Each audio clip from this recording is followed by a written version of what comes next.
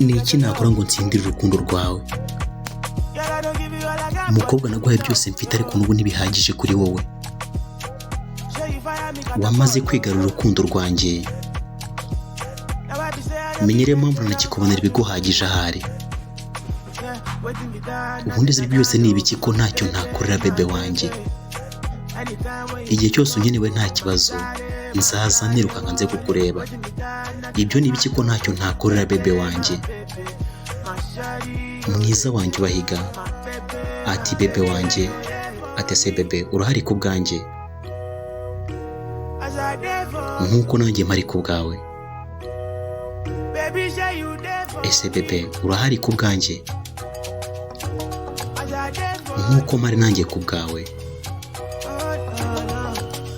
Ubundi sibyo ni ibiki ko ntacyo ntakorera bebe wanjye? Ubundi igihe cyose unkeneye wowe ngwino, nzaza niruka nze nkurebe. Ibyo ni ibiki se ko ntacyo ntakorera bebe wanjye? Umugore wanjye mwiza ubahiga.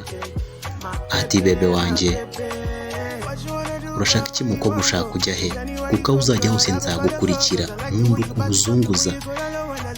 Menya niyo mpamvu hari abantu bakwanga, ubundi abo ni bande? Uri mubi cyane rwose, ngwino ku rubyiniro ubereke ubusazi bwawe. Nzakubera umwami umbere umwamikazi, mu bakobwa bose uri uwa mbere. Ati ese bebe uzaba uhari ku bwanjye? Nk'uko nanjye mpari ku bwawe. Ati bebe urahari ku bwanjye? Ni Joe Boy. Nk'uko nanjye mpari ku bwawe.